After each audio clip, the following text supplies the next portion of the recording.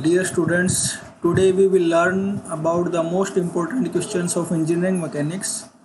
These questions are important for you for preparation of GATE exams, IES exams, and other competitive exams. Let's start it. Hope you are doing well at your home. Stay safe, stay home, keep social distancing, keep washing your hands, and use face masks. Okay, let's start. So dear students, start with engineering mechanics. As you know that engineering mechanics is made of two words, that is engineering and mechanics. So it is a branch of science which deals with the body at rest or in motion. Okay, so engineering mechanics defines about the motion of a body or the body is at rest. So if we study about a body in motion or in rest, that science is known as engineering mechanics. Okay. Next is statics, study of body when the body is in rest. If we study about the body at rest, that science is known as statics. And if the body is in motion and then we study about the body, that branch of science is known as dynamics. So dynamics is further divided in two parts, kinetics or kinematics. Basically kinematics includes the study of body in motion without considering the forces which cause motion, and kinetics include both study of rigid body in motion also considering the forces that cause motion, that is known as kinetics. So you may better understand about these two terms. So I again repeat you, engineering mechanics is a branch of science which deals with the body at rest and in motion. Statics, study of body when the body is in rest. Dynamic, branch of science which deals with the body in motion. Dynamics is further divided in two types, kinematics and kinetics. Kinematics, study of rigid body in motion without considering the forces which cause motion, and kinetics, study of rigid body in motion also considering the forces that cause motion. Okay, next is force. You know that what is force? Force is a ball in Hindi, and I think many of you studied about the force in your earlier classes, that is in your science subject in your schooling. So force, it is the action which move or tends to move a body. So force is a action which move or tends to move a body is known as force. The SI unit of force is Newton, and MKS unit of force is kilogram force, and CGS unit is dyne. So if someone asks you about the definition of Newton, then you may define it very easily. It is a force which acts on a mass of 1 kilogram and produce an acceleration of 1 meter per second square is known as Newton. Similarly, you can define dyne. It is the force which acts on mass of 1 gram and produce an acceleration of 1 centimeter per second square, that is known as dyne, and 1 Newton is equal to 10 raised to power 5. Next, force is a vector quantity, so it has magnitude and direction. So force is a vector quantity and force have both magnitude and direction. And force, a single force which produce the same effect or same action as the number of forces acting together is known as resultant force. If force acting in a straight line, their resultant is equal to algebraic sum of forces. Okay, if number of forces acting in a same straight line, their resultant is vector sum of all forces is known as resultant force. Next is if force are acting in different directions, if the force are acting in from different direction on a body, the resultant is obtained by three laws. Okay, if force are acting on a straight line, on a body, then we directly sum up these forces and we will get the resultant force. If force are acting on a body from different directions, then we may find the resultant force by three laws. First is law of triangle of forces, second is law of parallelogram of forces, and third is law of polygon of forces. So we will explain about these laws one by one. So next is law of triangle of forces. It states that if two forces acting on a body are represented in magnitude and direction by two sides of triangle taken in order, then their resultant is given by the third side of the triangle taken in opposite order. So you understand about it. That means it states that if two forces acting on a body represented in magnitude and direction by two sides of triangle taken in order, then the resultant is given by third side of triangle taken in opposite order, is known as law of triangle of forces. Okay, I will explain you in Hindi also what is law of triangle of forces. That means if two forces acting on a body and they represent, or these forces represented in magnitude and direction, so we know about the magnitude of these forces and we know about the direction of these forces where they act, then the third side of triangle gives the resultant of these forces. Okay, if these forces acting in a triangular shape and the third side acting gives the resultant of these two forces. Next is law of parallelogram of forces. So it states that if two forces acting at a point of a body are represented in magnitude and direction by two adjacent sides of parallelogram, the resultant may be represented in magnitude and direction by the diagonal of the parallelogram. So law of parallelogram of forces gives resultant in the form of diagonal of the parallelogram, and the diagonal of parallelogram gives magnitude and direction of the resultant force. Okay, diagonal of the parallelogram which passes through their point of intersection, and the diagonal passes through the intersection of these two forces. Next is law of polygon of forces. It states that if number of forces acting on a point or body are represented in magnitude and direction by sides of polygon taken in order, then their resultant is given by magnitude and direction by the closing sides of polygon. So in this law of polygon of forces, the resultant of force is given by closing sides of polygon taken in opposite direction, and the closing sides of polygon gives both magnitude and direction. Okay. So go further. Next is force acting on a body may be of different types.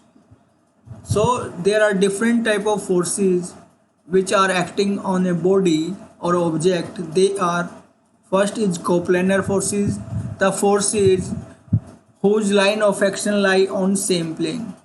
Those forces whose line of action lie on same plane are known as coplanar forces, whereas non-coplanar forces, the forces whose line of action do not lie in same plane, are known as non-coplanar forces. Third is concurrent forces, those forces which meet at a point. Concurrent forces are those forces which meet at a point. Next is non-concurrent forces, those forces which do not meet at a point are known as non-concurrent forces. Next is coplanar concurrent forces. If line of action of forces lie in same plane and they meet at a point are known as coplanar concurrent forces. Collinear forces, those forces whose line of action lie on same plane.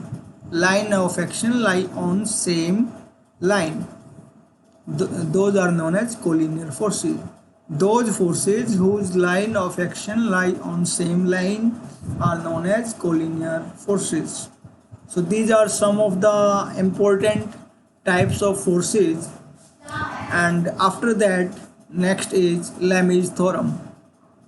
So what is Lami's theorem? It states that if three coplanar forces acting at a point be in equilibrium, then each force is proportional to the sine of angle between the other two forces. Lami's theorem states that if three coplanar forces acting at a point be in equilibrium, then each force is proportional to the sine of angle between the other two forces. Next is moment of force. The moment of force about a point is the product of magnitude of force and perpendicular distance of its line of action from the point. So that means what is moment of force? Force into perpendicular distance from where we measure the moment from that point. Next is Varignon theorem. When the number of coplanar forces acting on a particle, the algebraic sum of moment of all the forces about any point is equal to moment of their resultant force about the same point. Okay, that means what the Varignon theorem says. Varignon theorem says that if number of forces acting on a particle, coplanar forces acting on a particle, their sum of moment of all the forces is equal to resultant moment of resultant force about the same point. Moment of their resultant force about the same point is known as Varignon theorem. Next is couple. So everyone know about the couple or hear about the couple in engineering mechanics or applied mechanics for diploma students. So couple, it consists of two parallel and equal and opposite forces. It consists of two parallel, equal and opposite forces acting on a body. The perpendicular distance between the two parallel forces is called arm of couple. The perpendicular distance between these two parallel forces are called arm of couple. So what are couple? Have few examples like tap of what for tap opening and tap closing is the example of couple also. So there are many examples behind the couple where the equal and opposite force acting with same magnitude and there is a certain distance between these two forces. That force is known as couple. Next is couple moment. So what is couple moment? You know that what is moment? Force into perpendicular distance from the point where we measure, and couple moment is the product of magnitude of one of the force and the distance between the couple is known as couple moment. Okay, next is frame. So frame is also the important topic and many numericals comes in the theoretical exams from this chapter. So what is frame? It may be defined as a structure made up of several bars. So frame, what is frame? A structure made up of several bars and riveted or welded together. The bar also known as the member of frame. The structure of bars is known as frame, and these bars or members are attached in a structure with the help of rivet or welded joint. This whole structure is known as frame. There are three types of frames. First is perfect frame, second is deficient frame, third is redundant frame, and there is one formula for finding perfect frame, deficient frame, redundant frame, that is n is equal to 2j minus 3, where n is number of members, j is number of joint. Okay, if this condition satisfies, means n is equal to 2j minus 3, if this condition satisfies, that frame is known as perfect frame. So what is deficient frame? If the number of members are less than 2j minus 3, that frame or that type of condition is known as deficient frame. If n means number of members is greater than 2j minus 3, that condition satisfies redundant frame. That condition is known as redundant frame. So after that, next topic is friction. So what is friction? Force exerted by a stationary body. A force exerted by a stationary body on the other moving body to resist its motion. To resist its motion is called friction. So it is a force exerted by a stationary body on the moving body to resist its motion is called friction. Friction is of three types. First is static friction, second is dynamic friction, and third is limiting friction. If a body is resting on another body and we applied the force on the one body and the body is not moving from one place to other place, or body is till then body is stationary but after applying the force, that type of friction is known as static friction. If a body is resting on other body and we applied the force, after applying the force body moves over the other body, that type of friction is known as dynamic friction. And what is limiting friction? It is greater than dynamic friction and it is maximum. Okay, and limiting friction is the friction or at that point where the body start moving from the stationary body, that type of friction is known as limiting friction. Next is coefficient of friction. You hear about coefficient of friction many times and it used in many subjects also. It is the ratio of limiting friction to the normal reaction. Ratio of limiting friction to the normal reaction between two bodies is known as coefficient of friction. Next is angle of friction. So coefficient of friction is denoted by mu and angle of friction is denoted by phi. So what is the angle of friction? Angle between normal reaction between two body and resultant of limiting friction. That means angle between normal reaction between two bodies and resultant of limiting friction is called angle of friction. And the relation between coefficient of friction and angle of friction is mu is equal to tangent phi. Next is mechanical advantage. So what is mechanical advantage? The ratio of load lifted to the effort applied is known as mechanical advantage. Next is center of gravity. The point through which whole weight of the body is supposed to act is known as center of gravity. The point through which whole weight of the body is supposed to act is known as center of gravity. Next is momentum. The product of mass of a body and velocity. Product of mass of body and velocity is known as momentum. Next is centripetal force. The force which acts on the body rotating along a circular path along the radius and always directed towards the center is known as centripetal force. Next is centrifugal force. The force which acts on the body rotating along a circular path along the radius always directed away from the center. So centrifugal force acted always directly away from the center. So that is the only difference. Centrifugal force applied directly away from the center, where centripetal force along the radius along directed towards the center. Okay, it applied towards the center. That is the difference between these two, centripetal force and the centrifugal force. So formula of moment of inertia is I is equal to mr square, where I is moment of inertia, m is mass of the body, and r is the distance between the center of the body to that axis from where we measure the moment of inertia. Okay.